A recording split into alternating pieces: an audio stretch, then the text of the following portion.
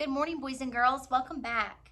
This week we are continuing to talk about the difference between fiction and nonfiction. Remember, fiction tells a story. The author writes it for fun because the author wants us to enjoy it. Fiction has characters. Characters are the people in the story. Now remember, sometimes the people are humans like us. Sometimes they're animals. Think back to some of the stories that we have read together. For example, in The Recess Queen, the characters were humans, like Mean Jean. In Stand Tall Molly Lou Melon, the characters Ronald Durkin and Molly Lou Melon were humans. But in some stories, the characters are animals, like in some of the books we read last week, The Greatest Apple Ever and Apple Trouble. Remember, those characters were mice and hedgehogs and turtles and pigs. So sometimes you're going to find that your characters are humans and sometimes they're going to be animals. We always know that it's a character because they have a speaking part. They talk to other people in the story. We also know that stories have other elements such as setting. Remember, that's just a fancy word for where the story takes place. Most stories also have problems and solutions. Problem is what goes wrong in the story. Solution is how that problem is solved. Now, nonfiction is different. Remember that nonfiction is true. It is not make-believe. It is not fake. It is real. It's going to always be about a real person, real place, or real thing. The author doesn't write nonfiction for us to enjoy. It's not for us to have fun. That book was written to teach us real, true information. Today we're going to read this story, The Fox and the Falling Leaves. And as we read this story, we know it's fiction, but as we read, I want you to be thinking about the character, the main character in this story.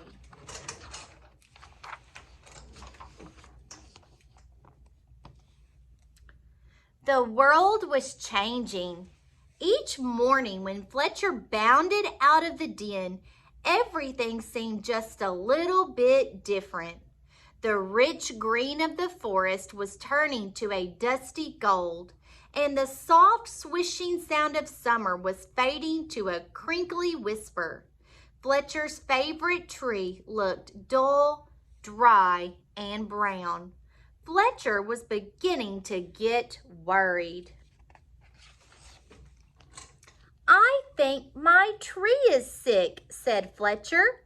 "What's wrong with it?" his mother asked. "Its leaves are turning brown," said Fletcher. "Don't worry, it's only autumn," she said. Fletcher ran back to his tree and patted the rough bark. "Don't worry, it's only autumn," he said. "You'll be feeling better soon." But the tree didn't get better. Each day, more leaves turned brown. One morning, the wind blew a small brown leaf off of a branch. Fletcher jumped up and caught it very gently in his paw.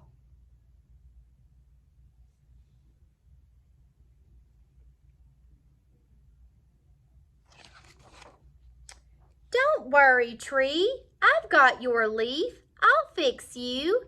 Fletcher looked around, picked a piece of grass, and carefully tied the leaf to a branch.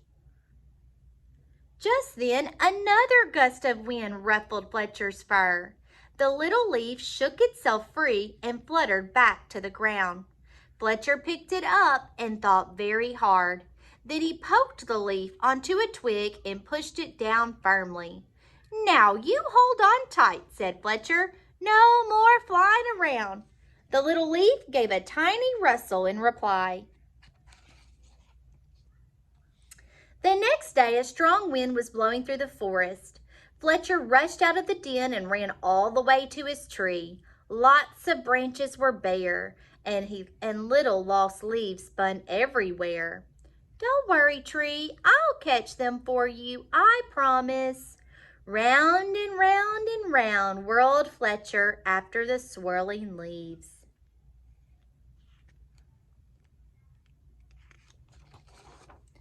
"Leaves? Wonderful! Just what I need for my nest," said a squirrel. "But these belong to the tree," said Fletcher. "Don't take them away." "The tree doesn't need them anymore," said the squirrel, bouncing off. "Help! Help! The wind and the squirrel are stealing our leaves," cried Fletcher. "Leaves! Terrific! Just what I need to keep warm," said a porcupine rolling around. "But these belong to the tree," said Fletcher, plucking the leaves from the porcupine's needles. "Not anymore," snuffled the porcupine, and away he rolled. "Help! Help! The wind, the squirrel, and the porcupine are stealing our leaves," cried Fletcher.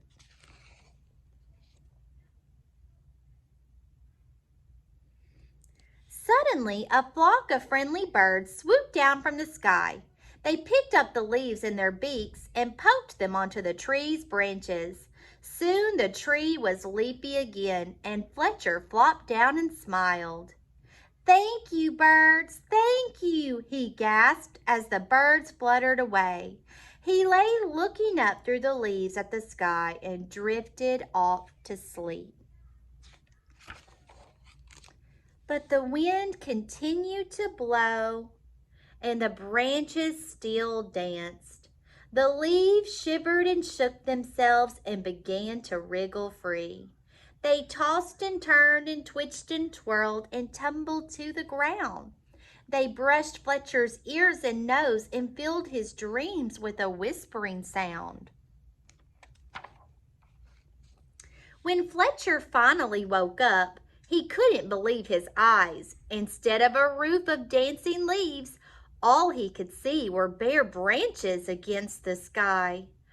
"Oh, tree, I am so sorry," gulped Fletcher. "All your leaves are gone." But then he saw, high in the branches, one small leaf still holding on. "I won't let the wind steal that one," said Fletcher, and he began to climb. He crawled along the last leaf and held it firmly onto its branch. All day long the wind blew, the branch bounced, and Fletcher held tight. "I'll stay with you, leaf," he said. "Don't worry." But then, with a sudden whoosh of wind, the branch bounced high. With a plip, the leaf let go and fluttered like a little flag clutched in Fletcher's paw. Fletcher looked sadly at the leaf he had promised to save. He carried it carefully down the tree and back to the den. He made a cozy little bed for it and gently tucked it in. But all night long he could only think of his tree, all on its own. At dawn, Fletcher tiptoed outside. The wind had finally stopped blowing and the air was cold. The moon still hung in the clear sky and pale stars glimmered. As he came to his favorite tree, Fletcher saw a magical sight. The tree was hung with 1,000 icicles, shining silver in the early light. "You are more beautiful than ever," whispered Fletcher. "But are you all right?" A tiny breeze shivered the branches, making a sound like laughter, and in the light of the rising sun, the sparkling branches nodded.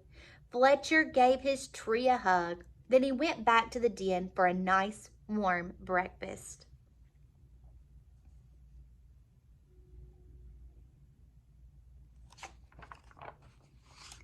The end. Boys and girls, I hope that you enjoyed our book, The Fox and the Falling Leaves.